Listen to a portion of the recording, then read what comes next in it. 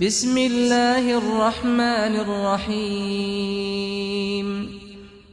اس کے بعد میں دعوت دیتا ہوں استاد جامع شیخ الاسلام ابن تیمیہ استاد حبیب سید محمد یحییٰ شاہ صاحب، ان سے گزارش ہے کہ وہ اسٹیج پر تشریف لائیں اور آج کا ان کا اہم موضوع فقاہت امام بخاری رحمہ اللہ تعالی یہ بیان فرمائیے۔ سید محمد یحییٰ شاہ صاحب حفظہ اللہ تعالی اہلا وسہلا۔ نحمده ونصلي الكريم نحمده ونصلي على رسوله الكريم أما بعد فأعوذ بالله من الشيطان الرجيم فلولا نفر من كل فرقة منهم طائفة ليتفقهوا في الدين ولينذروا قومهم إذا رجعوا إليهم لعلهم يحذرون۔ وعن معاویہ رضی اللہ تعالی عنہ یقول سمعت النبی صلی اللہ علیہ وسلم یقول من یرد اللہ به خیرا یفقهه فی الدین وليس في الكتب اصح منهما بعد القرآن ولهذا قدم۔ صاحب صدر، ذی وقار علماء کرام، معزز سامعین اور عزیز طلباء، آج کی یہ بابرکت محفل تکمیل صحیح بخاری شریف کے سلسلہ میں منعقد کی گئی ہے۔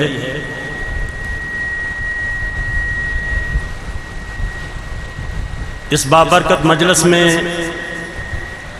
صحیح بخاری کی آخری حدیث پہ درس تو ہمارے شیخ الحدیث فضیلت الشیخ مولانا عبدالرشید تونسوی حافظہ اللہ ارشاد فرمائیں گے۔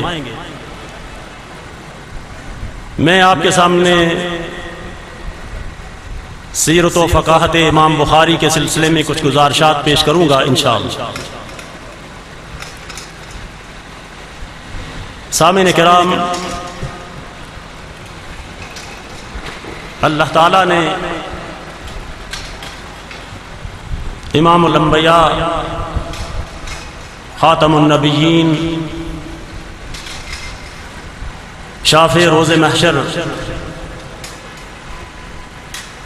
مصدر مہر و وفا منبع رشد و ہدا پیکر حسن و جمال صاحب شرف و کمال جناب محمد رسول اللہ صلی اللہ علیہ وسلم کے سر پہ تاج نبوت سجا کے انہیں مبعوث فرمایا۔ اللہ تعالیٰ نے آپ صلی اللہ علیہ وسلم کو کامل و اکمل دین اسلام عطا فرمایا۔ اس کو محفوظ رکھنے کے لیے تغیر و تبدل سے، تحریف سے، محیر العقول طریقے سے انتظام فرمایا۔ اللہ تعالیٰ نے کچھ انسانوں کو کھڑا کیا، انہوں نے قرآن مجید کو، احادیث رسول صلی اللہ علیہ وسلم کو اپنے سینوں میں محفوظ کیا اور اس کو پڑھنے پڑھانے میں اپنی زندگیاں وقف کر دیں۔ انہی خوش نصیب لوگوں میں سے امیر المومنین فی الحدیث سید الفقہاء ابو عبداللہ محمد بن اسماعیل بخاری رحمۃ اللہ علیہ بھی ہے۔ اللہ تعالیٰ نے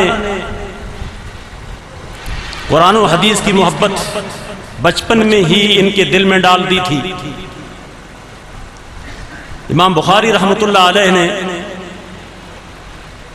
اپنے علاقہ کے بخارا، خراسان، سمرقند کے محدثین سے کسب فیض کیا۔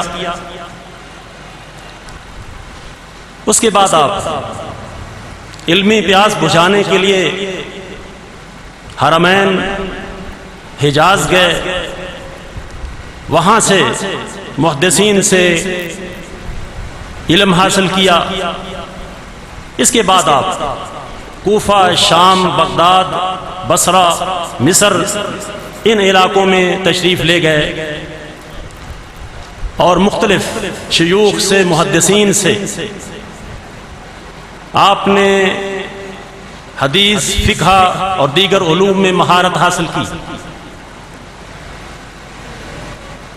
یہی وہ لوگ ہیں خوش قسمت، خوش نصیب، جن کے بارے میں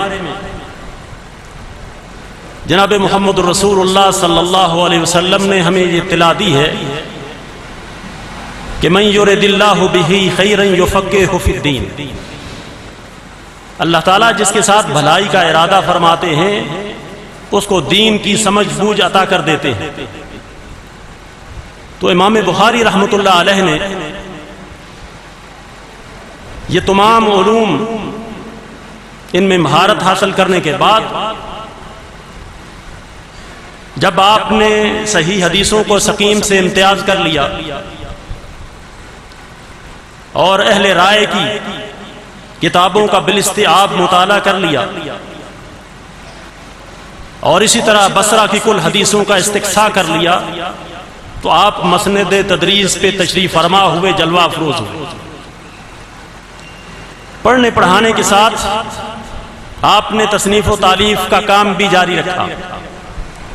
آپ کی ایک ایک مجلس میں 20-20 ہزار طلباء شریک ہوتے تھے، سامعین شریک ہوتے تھے۔ امام بخاری رحمۃ اللہ علیہ نے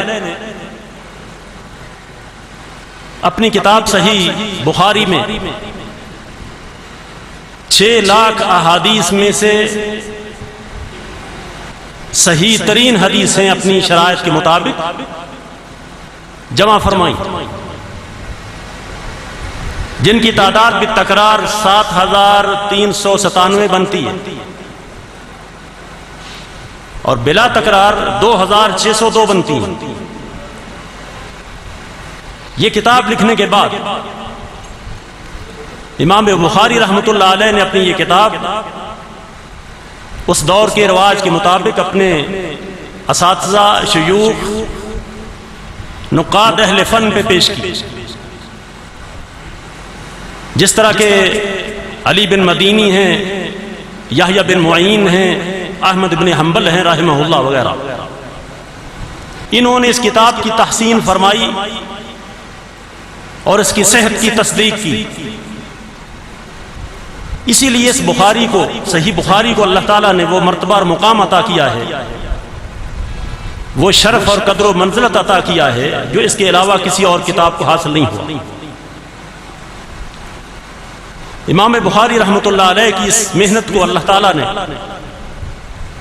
شرف قبولیت بخشا اور قرآن مجید کے بعد اسے اصح الکتب ہونے کا اعزاز بخشا۔ اسی لیے امام سیوطی رحمۃ اللہ علیہ نے یہ ارشاد فرمایا ہے وَلَيْسَ فِي الْكُتُبِ أَحْصَحُ مِنْهُمَا بَعْدَ الْقُرْآنِ وَلِهَذَا قُدِّمَ۔ حدیث کی کتابوں میں قرآن مجید کے بعد سب سے صحیح ترین یہ 2 کتابیں ہیں، بخاری اور مسلم۔ اسی طرح امام نووی رحمۃ اللہ علیہ فرماتے ہیں اجمعت الامت علی صحت هذین الکتابین ووجوب العمل باحادیثہما۔ تمام امت کا اس بات پہ اتفاق ہے کہ ان 2 کتابوں میں جتنی احادیث ہیں وہ صحیح ترین حدیثیں ہیں اور ان پہ عمل کرنا واجب ہے۔ امام بخاری رحمۃ اللہ علیہ نے یہ کتاب لکھ کے امت پہ بہت بڑا احسان کیا ہے،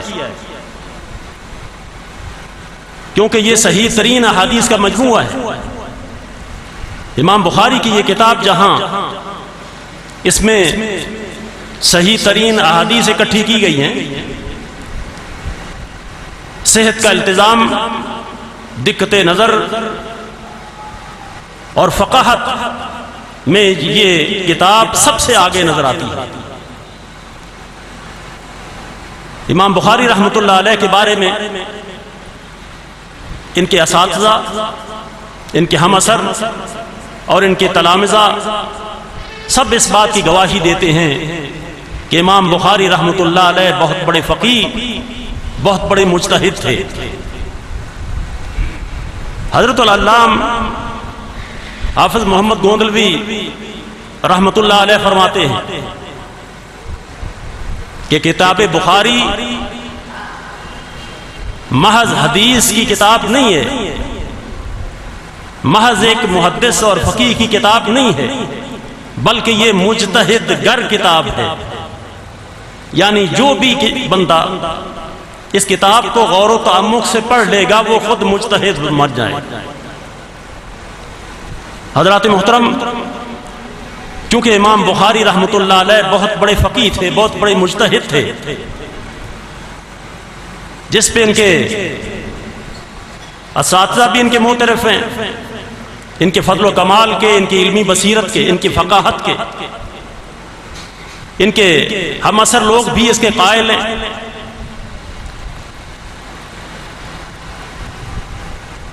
ابو مصعب احمد بن ابو بکر زہری بیان کرتے ہیں کہ امام بخاری رحمۃ اللہ علیہ ہمارے نزدیک افقہ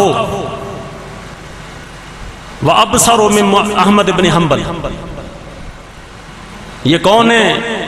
امام زہری جو ان کے بارے میں یہ رائے دے رہے ہیں، یہ ابو مصعب احمد بن ابو بکر زہری یہ امام مالک کے شاگرد ہیں اور خلیفہ مامون الرشید کے دور میں مدینہ منورہ کے عہدہ قضا پہ مامور تھے اور سیاح ستہ کے محدثین کے مؤلفین کے شیخ ہیں. یہ ان کی رائے ہے کہ امام بخاری رحمۃ اللہ علیہ امام احمد بن حنبل سے بھی زیادہ بڑے فقیہ اور زیادہ بڑے محدث تھے، صاحب بصیرت.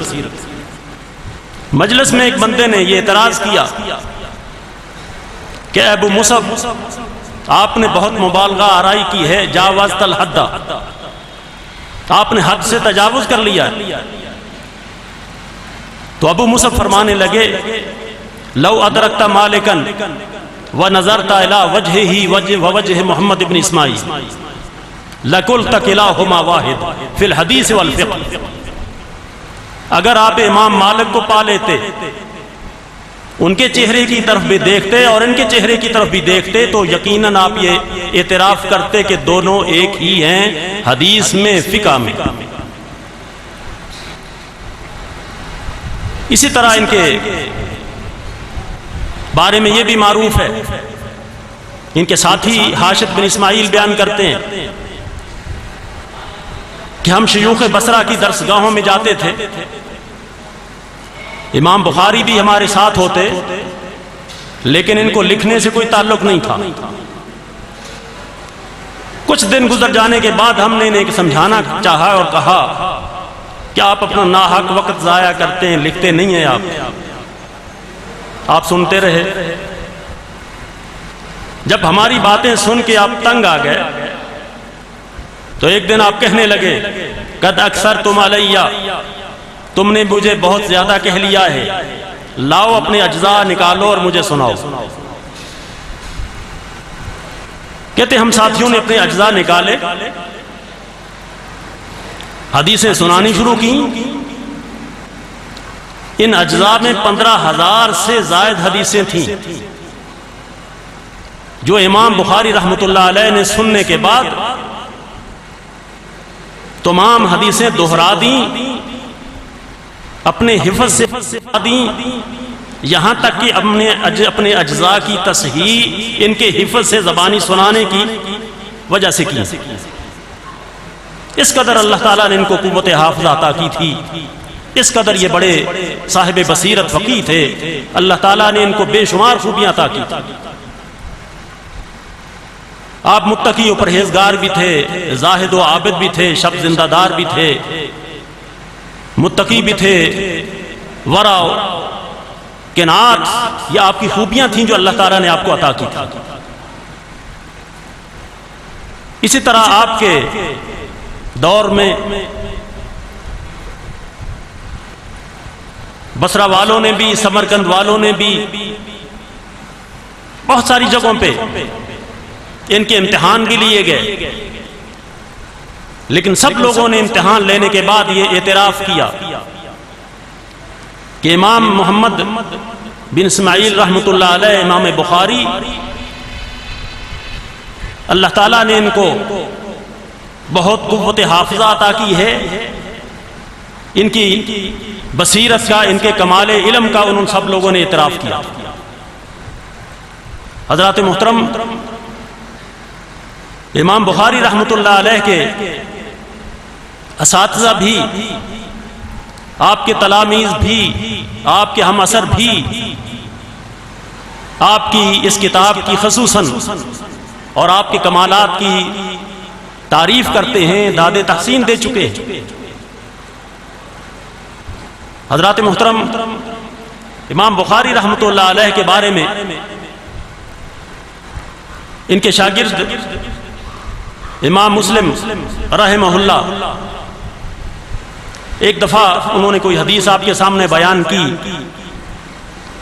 اور امام بخاری رحمۃ اللہ علیہ نے اس کے بارے میں بتلایا کہ یہ حدیث معلول ہے، اس میں 2 علتیں ہیں۔ امام مسلم نے دریافت کیا کون سی 2 علتیں ہیں، تو جب امام بخاری رحمۃ اللہ علیہ نے انہیں بتلایا کہ یہ فلاں فلاں اس میں علت ہے، تو انہوں نے یہ کہا کہ لا یبغضک الا حاسد، کہ آپ کے ساتھ بغض وہی رکھے گا جو آپ کے ساتھ حسد کرتا ہوگا، یعنی کوئی حاسد ہی آپ سے بغض رکھے گا۔ واشہد انہ لیس فی الدنیا مثلک، اور میں اس بات کی گواہی دیتا ہوں کہ دنیا میں آپ جیسا کوئی اور صاحب کمال نہیں ہے، آپ جیسا کوئی اور محدث اور فقیہ نہیں ہے۔ اور کہا کہ دانی اقبل رجلیک یا استاذ الاستاذین یا سید المحدثین یا طبیب الحدیث فی عللہ، امام صاحب مجھے اجازت دیجئے کہ میں آپ کی قدم بوسی کروں، اے امیر المومنین فی الحدیث، اے محدثین کے سردار، اے استاذوں کے استاذ، اور اے حدیث کی علتوں کے ماہر، مجھے اجازت دیجئے کہ میں آپ کی قدم بوسی کروں۔ اسی طرح امام دارمی بھی اور امام ابن خزیمہ بھی ان کی تعریف کرتے ہوئے نظر آتے ہیں۔ اسی طرح دیگر محدثین بھی آپ کی تعریف کرتے ہوئے نظر آتے ہیں، لیکن اس کے باوجود ہم دیکھتے ہیں کچھ لوگ جو ہیں امام بخاری پہ اور ان کی کتاب پہ اعتراضات کرتے ہیں۔ اور پچھلے دنوں دوران مطالعہ مجھے یہ پڑھ کے انتہائی افسوس ہوا کہ بعض کسی، اب میں کیا کہوں اس بندے کے بارے میں، اس نے امام بخاری رحمۃ اللہ علیہ کی کتاب کے بارے میں انتہائی نازیبا الفاظ کہے، حتیٰ کہ اس نے اس کتاب کو، صحیح بخاری کو، گند اور گندگی کا مجموعہ کہا ہے۔ انا للہ و انا الیہ راجعون۔ اس بندے کے بارے میں حافظ ثناء اللہ مدنی حافظہ اللہ سے بھی فتویٰ پوچھا گیا، اور مختصر طور پہ انہوں نے جو فتویٰ دیا اس کا خلاصہ یہ ہے کہ اس بندے کا مسلمانی سے دور کا بھی کوئی تعلق نہیں ہے، یہ بندہ یہ بکواس کرنے کی وجہ سے دائرہ اسلام سے خارج ہو چکا ہے۔ اور اسی طرح مفتی جماعت شیخ الحدیث مولانا عبید اللہ عفیف صاحب سے بھی اس کے بارے میں فتویٰ پوچھا گیا، غالباً یہی بندہ ہوگا، اور انہوں نے تقریباً 9.5 صفحات اس پہ لکھے ہیں، تفصیلی فتویٰ لکھا انہوں نے، اور انہوں نے بھی کہا کہ ایسا بندہ جو ہے وہ کافر ہو چکا ہے، دائرہ اسلام سے خارج ہو چکا ہے، کیونکہ جو بندہ حدیث کا انکار کرتا ہے اور وہ بھی صحیح ترین حدیث کا مجموعہ، اس کا انکار کرتا ہے، اس کو گند کہتا ہے، یہ بندہ مسلمان نہیں ہے، دائرہ اسلام سے خارج ہے۔ تو ایک گروہ تو ان لوگوں کا ہے جو منکرین حدیث ہیں، ان کا کام ہی یہ ہے کہ بخاری شریف نہیں صرف تمام حدیثوں کا وہ انکار کرتے ہیں. ان کا مقصد یہ ہے کہ لوگوں کو دین کے بارے میں شکوک و شبہات میں مبتلا کر دیا جائے اور یہ لوگ دین سے متنفر ہو جائیں، دین کو چھوڑ دیں. ان کا مقصد ہی یہی ہے. ان پہ یہ آیا مبارکہ صادق آتی ہے کہ یریدون لیطفئوا نور اللہ بافواہہم واللہ متم نورہ ولو کرہ الکافرون. یہ لوگ چاہتے ہیں کہ اپنے منہوں سے اس دین کو بجھا دیں، لیکن یہ کامیاب نہیں ہو سکتے. اللہ تعالیٰ اپنے دین کو ضرور پورا کر کے رہے گا. نور خدا ہے کفر کی حرکت پہ خندزن، پھونکوں سے یہ چراغ بجھایا نہ جائے. دوسرا گروہ ان لوگوں کا ہے جو حاسدین ہیں، جیسا کہ امام مسلم رحمۃ اللہ علیہ نے فرمایا تھا کہ آپ کے ساتھ حسد وہی بندہ کرے گا جو آپ کے بارے میں بغض کا شکار ہو، بغض کا مریض ہو. تو اس سلسلے میں کچھ لوگوں نے امام بخاری پہ اعتراضات کیے اس حسد کی بنیاد پہ. کچھ لوگوں نے مسلکی تعصب کی وجہ سے آپ پہ اعتراضات کیے. ان کے بارے میں یہ کہوں گا کہ موتوا بغیظکم، اپنے اس حسد کی آگ میں ہی جل مرو. اور اسی طرح کسی اور نے بالفاظ دیگر یا شخص دیگرے اس نے کہا کہ آواز سگاں کم نہ کند رزق گدارا. کتوں کے بھونکنے کی وجہ سے فقیر کا رزق کم نہیں ہوتا. ان کے اس طرح کے اعتراضات کی وجہ سے امام بخاری کی شان میں کوئی فرق نہیں پڑے. امام بخاری رحمۃ اللہ علیہ کو اللہ تعالیٰ نے جو مرتبہ اور مقام عطا کر دیا ہے اس میں یہ کمی نہیں کر سکتے. وہ اعزاز ان سے یہ چھین نہیں سکتے. ہاں نقصان ان کا اپنا ہے اس حسد کی وجہ سے. ان کے اپنے گناہ برباد ہوں گے، یہ اسی آگ میں جل مریں گے. اسی طرح ایک تیسرا گروہ ہے. یہ گروہ ان لوگوں کا ہے جو نہ سمجھ قسم کے، کم علم، جاہل قسم کے لوگ ہیں، جنہیں امام بخاری رحمۃ اللہ علیہ کے منہج کا، آپ کے طریقے استنباط کی سمجھ نہیں آتی، اس لیے وہ اعتراض کرتے ہیں. وَكَم مِّنْ عَائِبٍ قَوْلًا صَحِيحًا وَآفَتُهُ مِنَ الْفَهْمِ السَّقِيمِ. کتنے ہی لوگ ایسے ہیں جو صحیح قول پہ بھی اعتراض کرتے ہیں، اس پہ بھی عیب لگاتے ہیں، حالانکہ وہ ان کا اعتراض بیمار سمجھ کا نتیجہ ہے. حضرات محترم، جیسا کہ میں نے عرض کیا ہے،